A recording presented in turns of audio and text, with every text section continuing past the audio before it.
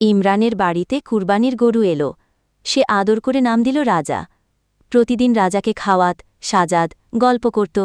ধীরে ধীরে রাজা তার বন্ধু হয়ে যায়। ঈদের আগের দিন ইমরান মন খারাপ করে বসে থাকল। মা জিজ্ঞেস করলেন, কি হয়েছে? ইমরান বলল, রাজা কি কষ্ট পাবে? মা বুঝিয়ে বললেন, এই কুরবানি হল আল্লাহর হুকুম মানার শিক্ষা। এটি আমাদের ত্যাগের প্রশিক্ষণ। ইমরান মাথা নাড়াল, চোখ মুছে বলল, তাহলে দোয়া করব আল্লাহ যেন রাজার কুরবানি কবুল করেন। ইমরানের বাড়িতে কুরবানির গরু এলো। সে আদর করে নাম দিল রাজা। প্রতিদিন রাজাকে খাওয়াত, সাজাত, গল্প করত। ধীরে ধীরে রাজা তার বন্ধু হয়ে যায়। ঈদের আগের দিন ইমরান মন খারাপ করে বসে থাকল। মা জিজ্ঞেস করলেন, কি হয়েছে?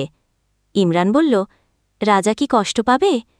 মা বুঝিয়ে বললেন, এই কুরবানি হল আল্লাহর হুকুম মানার শিক্ষা। এটি আমাদের ত্যাগের প্রশিক্ষণ। ইমরান মাথা নাড়াল, চোখ মুছে বলল, তাহলে দোয়া করব আল্লাহ যেন রাজার কুরবানি কবুল করেন।